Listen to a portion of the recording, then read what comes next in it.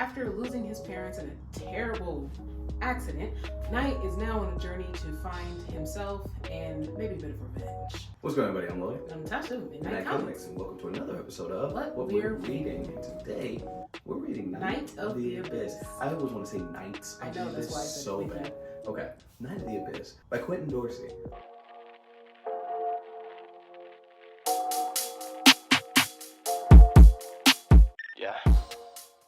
But before we get into that, if you like indie comics and like new indie comic book recommendations, make sure you tune in here every week and subscribe to our channel for that and a whole lot more. Also, make sure to like this video and send it to a friend who might be interested in this story.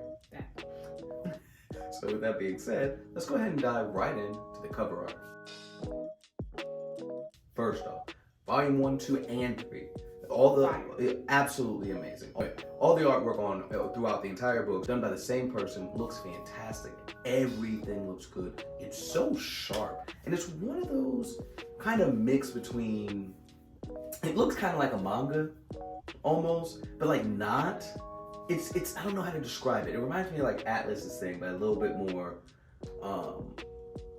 I don't know if gritty is the right word. Where Atlas is kind of cartoony, this one is more clean, futuristic, sci-fi. Yes, which yes. Again, one of those things that goes with the tone. But again, we're starting to get into the interior art. We're supposed to be talking about the cover art. Well, only reason why we did that is because it's the same artist stuff, and you see that translated all the way through. The covers though look great for everyone. It's relative to the story. It's clean. It kind of gives you character. It's crazy that the background amplifies the characters themselves, the outfits and the colors and all of that other stuff. Like the light greens or the bluish greens or the teals, the reds and all that stuff really just come out and pop. Now, this last cover on Volume 3, if I'm not mistaken, has that reddish background. You see like the enemies and stuff like that. Oh my gosh. Which actually, so funny enough, gave vibes from Volume 2, right? Or near the end of Volume 2, so it's crazy. So yeah, and so like you get an idea of like, oh snap, like this is what they're walking into, or rather, this is what just made their appearance in their move and stuff like that. It's so good, absolutely great. So artwork looks great. Moving on to the interior artwork. Yeah. Interior artwork, same artist, so you know the interior artwork looks good. There were so many really good action shots. No words on some of these pages. Maybe the sound effects, but man, the attention to saying, no, this is an action that this person doesn't need to be talking, which we do see that quite a bit and we're even guilty of that, where there's a lot of conversation happening, which, okay, speak for myself. There's plenty of conversation in, say, The Unbeloved or something while people were fighting and whatnot.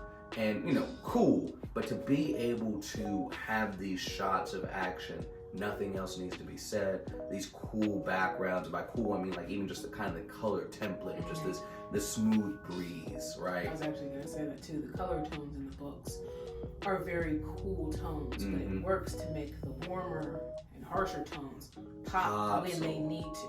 And it's funny that the guy had like a wind style sword technique, and we're talking about how this cool breeze and stuff like that, and like the art style and how it flowed and stuff, and just interesting how that matched up. But man, all of it looks good. Everything is, I want to say concise in the sense that it's not too busy, that everything is very clear in regards to action. I always felt like that was, I know when we say clean, we mean like clean lines, clean colors, but I feel like that's also what we mean by clean.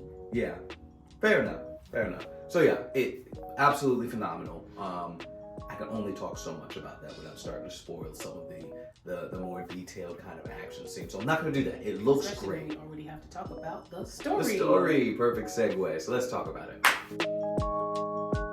So anyway, we started off with Volume 1, and Volume 1, of course, is the beginning of the story. Yeah, so we get introduced to the whole family. Unless there's a 0 or something. But anyway. Right. So we kind of get introduced to that whole family, Knight, his folks, and everything like that. You get an idea of his training. I was going to say his trainer, but I guess his mentor is the word I'm looking for. Yeah, sensei. Yes. Sorry. No, it's like yes, he's sensei. He just call him sensei. But yeah, we get introduced essentially to his entire world before his entire world comes crumbling down. Yes, and which is pretty cool because again, when we dive in, we only get that really just the intimate look at his life. right? And then the world, when his world comes crashing down, the world is opened up opens to up. us. Exactly. And throughout that, we're introduced to new people. I won't say his friends yet. They do become friends.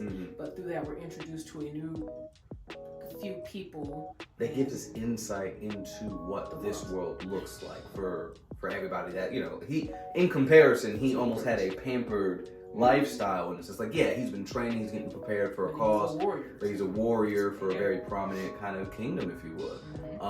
But he hasn't really had to deal with what the real world looks like also.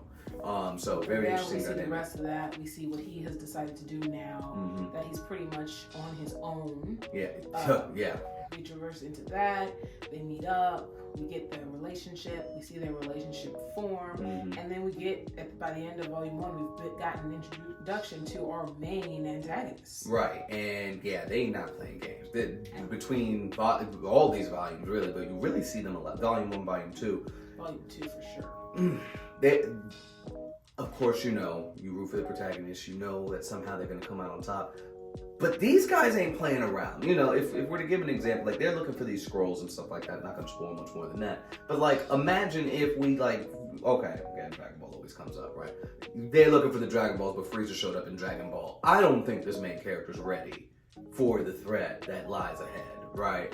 Not yet, but like right now, again, to give that example, Frieza shows up in regular Dragon Ball. You think they're ready? There's no way. There's no way. They're dead. So that's how I feel about Knight and his crew right now. I'm like, I don't know. They've definitely been blessed, I'll say that. Right, and even volume 3 with these minions that they're fighting these experiments that the enemy has been creating. I'm like, if y'all unleash an army of these, honestly, outside of the crew that we get in volume 3, everybody's getting washed. So I love that. And then we do have another introduction to a bit of a side story where we actually see someone we didn't expect to see with someone else that we saw in the previous volume. And then it's interesting following that story because it gets us an even deeper look into the world and what's happened / what is happening. And now we're just like, okay, boom. Those questions are being asked, and now you're hooked. Right. So of course, moving on to the pacing. Just how we've just talked about the story. You get Knight's life. World crumbles down in volume 1. The threat, issue 2. Then the plan in volume 3. I keep saying issue, but all these are volumes. I like that. Yeah. Right, I like that. Volume 1 is the introduction to life and the world crashing down. Volume 2 is the threat. Volume 3 is the plan. Yeah. So, fantastic. All 3 of them are good. They know what they're doing. Again, even in volume 3, there was a bit of kind of back and forth, right? We were really visiting or looking into various people, right? We pick up with Knight, we have his sensei, we have the team that they're with. We have this teacher that's teaching at one of the schools that's under this empire's rule. So, volume 3 for me, that it wasn't not necessarily jarring is the word. I don't know why that's the word that's in my head. But that kind of back and forth was just like, wait, let's finish this up. Then we get back here. But outside of that, still great. And then there was that real quick cut. That's a me problem. He likes to finish out the part that he prefers first. Okay, relax. So that's the me thing. It's perfectly fine. The story is good. It flows good. I do want to know more about the teacher situation thing. Oh yes. But outside of that, no complaints. Outstanding job. Great book. Y'all can pick it up. And of course, don't forget to check us out at midnightcomics.org, where we also have our own comic books. Yes, so, and also don't forget to check out our Patreon, which is patreon.com/midnightcomics, where you guys can check out our other shows like What If Wednesday, Community Character Creation Night, we have script readings, and we also have early looks at Indie Breakdown and Indie Verses, with season 2 going up right now, first on Patreon and Spotify. So definitely check that out, get to know different indie comic book creators and their characters. And with that being said, remember until next time, midnight is coming. It's always something. Summer night, it's summer night. She left me so late, should've spent the night. No need to hit follies, I'm working her body out since she in love with the fitness type.